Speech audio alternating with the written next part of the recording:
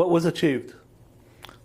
This is a ceasefire agreement that essentially establishes a ceasefire and also involves the release of the prisoners that are alive, and being able to bring to burial the hostages. The hostages that are dead. There's a claim that it resolves the Israeli-Palestinian conflict. It's a few points from President Trump's 20-point plan, but this is what it is. And I think people need to be realistic in terms of their expectations from what it is. The meaning of what's happened, of the meaning of the ceasefire plus the release of the hostages, is that this war is ended. It's absolutely clear, to me at least, that this war is ended. That doesn't mean that violence cannot erupt in the future. But the war that began on October 7, 2023 is over. I agree. I think this is not a ceasefire agreement. It is an end-to-war agreement. The ceasefire is part of the picture. It definitely is. But more importantly, I think, what made this agreement now possible is the fact that it is part of the larger plan of Trump that both sides have addressed. They may not necessarily agreed on every item in the plan, but certainly what made the two parties willing to agree to the terms of ending the war now with the conditions stipulated is the fact that it is part of this larger picture, which allows both sides, therefore, to forego certain demands that they have insisted on during all of these 2 years, so that these issues would be addressed in a second phase. And that makes the ceasefire, the end of the war commitment by both sides, a lot more realistic than it would have been at any other time without being anchored in the Trump plan. Yeah, and we agree. And I think that there is a reason why going beyond what has been agreed upon to the other steps that need to be taken to resolve the Israeli-Palestinian conflict is going to be much more difficult. And primarily it's going to be more difficult because I think there has been a vast majority on the Israeli public, but also on the Palestinian public, that supported the idea of ending the war, whatever it took to end the war. The two publics are attritioned by 2 years of fighting.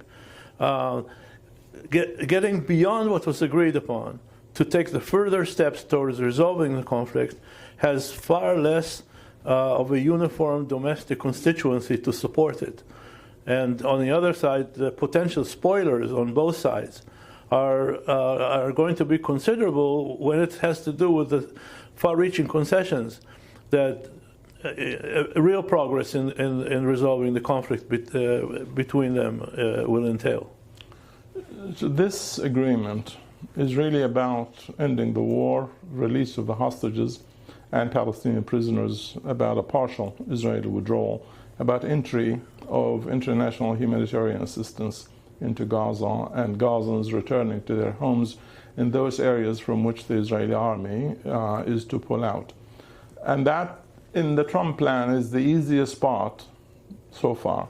The second phase involves most elements in the Trump plan because they address transitional arrangements whereby two of the most important issues are involved: Hamas disarmament and the full Israeli withdrawal.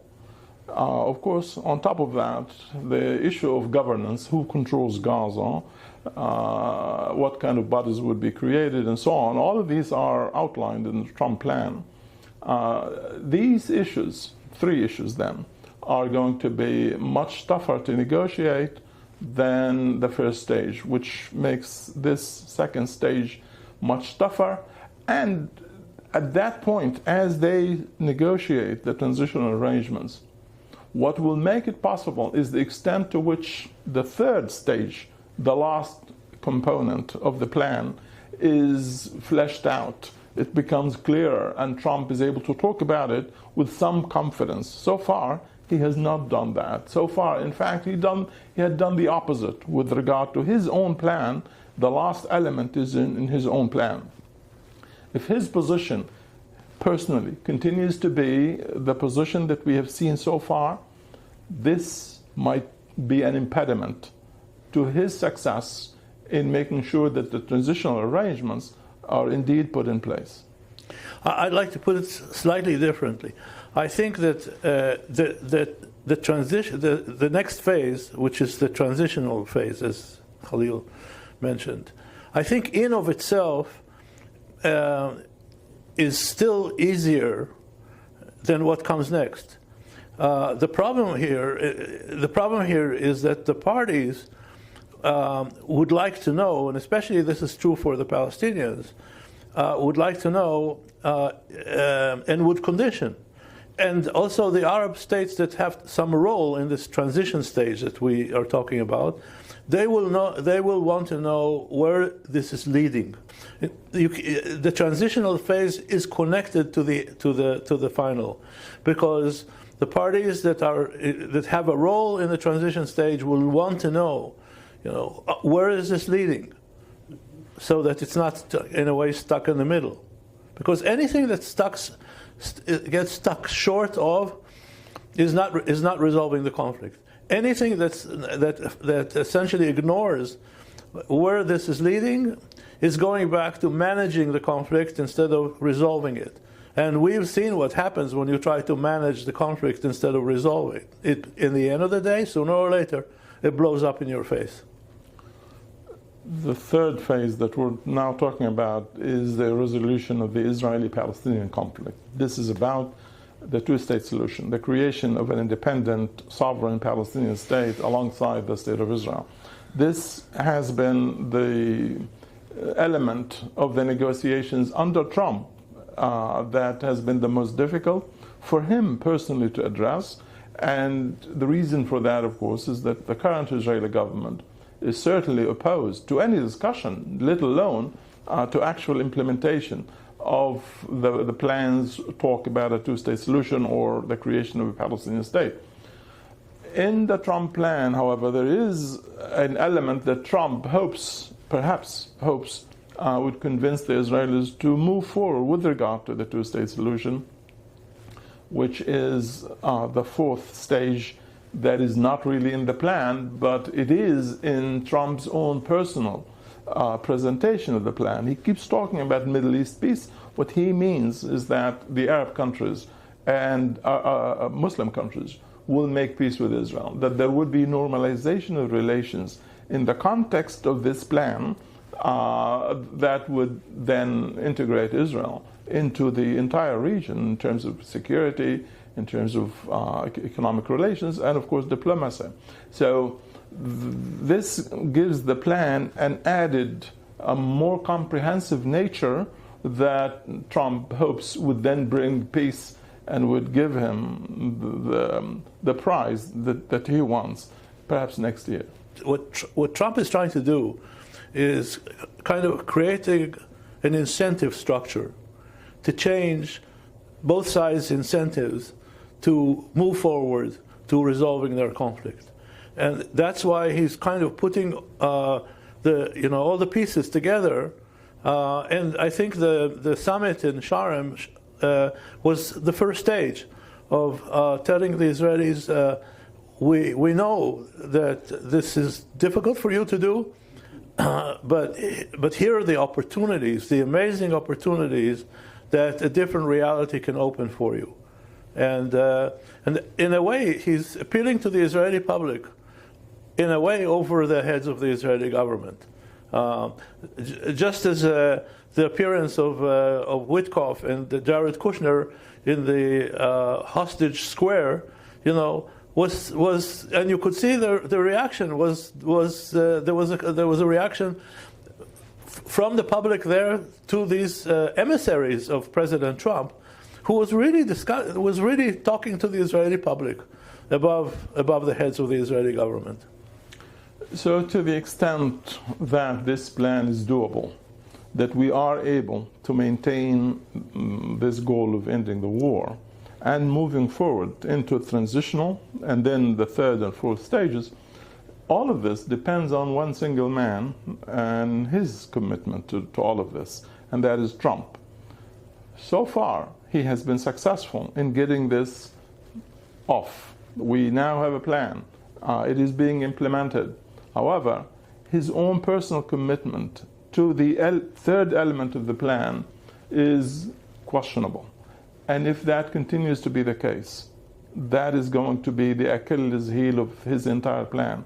He has to remain focused and he has to remain committed to that plan. If he allows Netanyahu, as he did in his press conference when he first presented the plan, if he allows Netanyahu to raise question marks, reservations, rejection of the Palestinian statehood issue, then he kills his plan.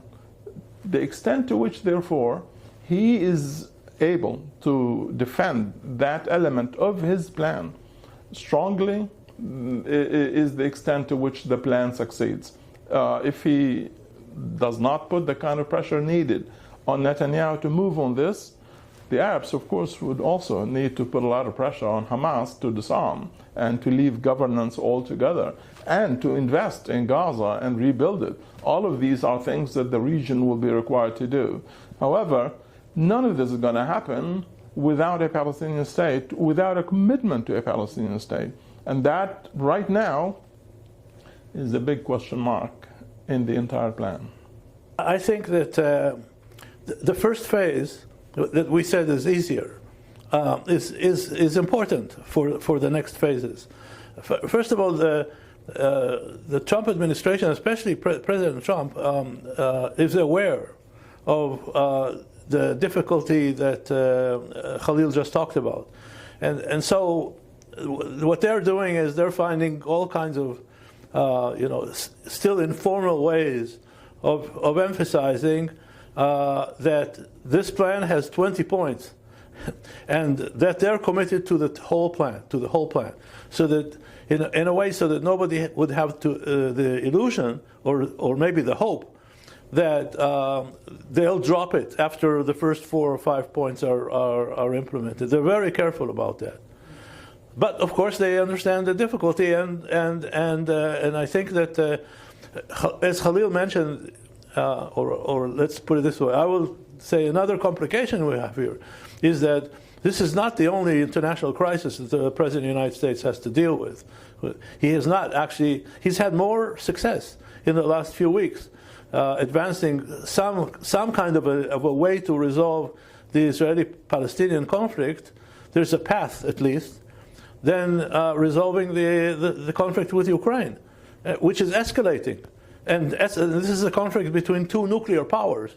So if he's going to lose sleep over the next weeks and months, it's not going to be over the Israeli-Palestinian conflict. It's going to be over this issue of, can there be an escalation on Ukraine that would lead to, God forbid, a nuclear exchange. So this is the biggest difficulty here. It's not whether he would have the will and so on. It's also the issue of, what the environment, what the global environment is going to present the President of the United States in the next months. I just want to add one more thing that I think might be important, and that is Trump's ability to maintain his team in place. Right now, there are question marks about that, whether, in fact, the team that have worked on this successfully and managed to pull it off is going to stay. Witkoff is leaving his position, and Witkoff has been a central player in this entire thing. Hopefully this doesn't mean that Trump is losing interest by allowing Witkoff to leave, but it is something that we need to pay attention to. I think that the thing to watch, and I'm watching, is how Netanyahu thinks he's going to manage the potential domestic spoilers. He is clearly faced now, and he has been facing now for weeks, with this fundamental dilemma of what President Trump presented to him. He knew was going to elicit criticism by the potential spoilers, and so he has to decide, even in terms of his future political position, between the President of the United States and the opportunities that he's opening, and the spoilers. He's going to have to make that decision. So, just the other day, he was pressed, I think by CBS, one of the American channels, on this issue. So, where did this lead? And he just said, well, we'll give peace a chance. Which is probably which means at this point in time, this is as far as he's going to go in terms of hints as to what happens in the next phases. But this is far, far from being resolved. I mean, his domestic issues are far from being resolved. There is no doubt that spoiling is going to be a major issue, a major difficulty. But most importantly, on the Israeli side. On the Palestinian side, the spoiler is Hamas. Traditionally, in all previous Israeli-Palestinian negotiations, Hamas has been the spoiler. The deal is now with Hamas. So the ability of Hamas to spoil has been significantly reduced because its own military capacity has been significantly reduced. It will not be governing Gaza.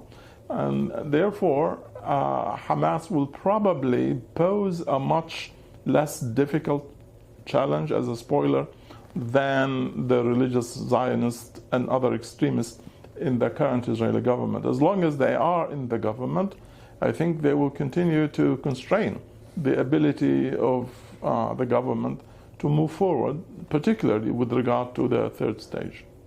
There is an asymmetry here in the sense that, as Khalil indicated, traditionally Hamas was the spoiler. In Israel's, but there is a different. So Netanyahu, in a sense, is now a partner to this process. He's got to deal with his spoilers, but he himself is not necessarily the spoiler. He's also quite pragmatic.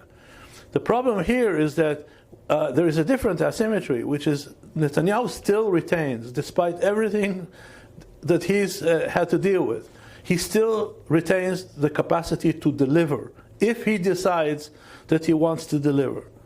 This is not the same on the Palestinian side, because the Palestinian Authority is weak, the president of the Palestinian Authority lost legitimacy. So here you have a different question. Khalil is correct. The spoiler, we're negotiating, directly or indirectly, we're negotiating with a potential spoiler on the Palestinian side. The problem is not there. The problem is that the leader of the Palestinian side can't deliver to the extent that Netanyahu can deliver. And that is a very good point. The Palestinian leadership must regain legitimacy. The domestic scene on the Palestinian side today is one in which the public does not trust its leadership at all. There must be a change. There must be a new leadership, one that is elected by the Palestinian public. Without that, the ability of the Palestinian leadership as a whole to deliver on any commitment it might make, its ability to convince the public of any major concessions that it would be required to make in any negotiations, that ability does not exist right now. There must be, therefore, a credible, legitimate Palestinian leadership that has been elected by the Palestinian public to negotiate on the behalf of the Palestinian public. Therefore, elections must be the immediate reform measure that the Palestinian Authority must undergo as quickly as possible.